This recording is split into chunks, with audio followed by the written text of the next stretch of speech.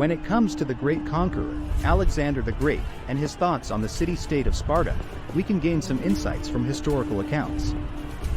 It is important to note that Alexander was greatly influenced by Greek culture and had a profound appreciation for the strength and military prowess of the Spartans. Alexander viewed the Spartans as legendary warriors, and their reputation had undoubtedly reached him even before his military campaigns.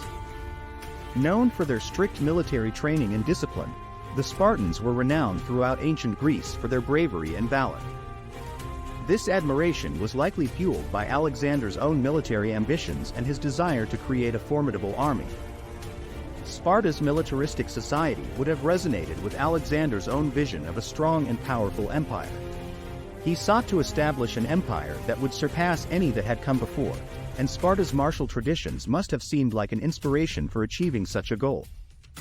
The Spartan military machine, with its emphasis on physical strength, military skills, and unwavering loyalty, could have served as a model for Alexander in his own military campaigns.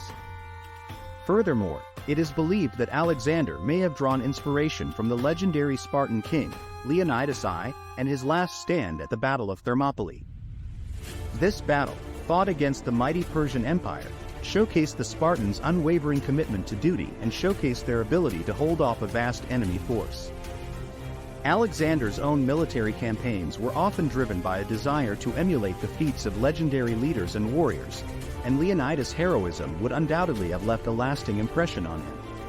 However, it is also important to consider the political and cultural differences between Sparta and Macedonia, the kingdom that Alexander inherited. Sparta was organized as an oligarchy, placing power in the hands of a small group of elite citizens. In contrast, Macedonia followed a monarchical system, with Alexander as its ruler. This stark contrast in governance may have given Alexander a different perspective on Spartan society and its suitability for the broader Greek world. While Alexander may have admired Sparta's military might, he also had his own vision of a unified Greece under his rule. He aimed to create a vast empire that would not only blend the military strength of the Spartans but also incorporate the rich cultural and intellectual traditions of other Greek city-states. Alexander sought to create a fusion of cultures, often adopting the customs and traditions of the regions he conquered. In this regard, Alexander may have viewed Sparta as a society that was too insular and focused solely on warfare.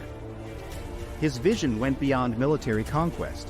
He aimed to build a vast empire that would unite the various Greek city-states and foster the exchange of ideas and knowledge.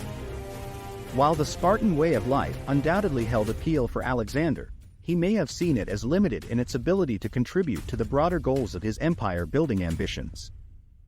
In conclusion, Alexander the Great likely held a deep admiration for the Spartans and their military prowess. He viewed them as legendary warriors and drew inspiration from their achievements. However, his own vision of a united Greece under his rule and his desire for cultural and intellectual exchange may have led him to see the Spartan way of life as too focused on militarism.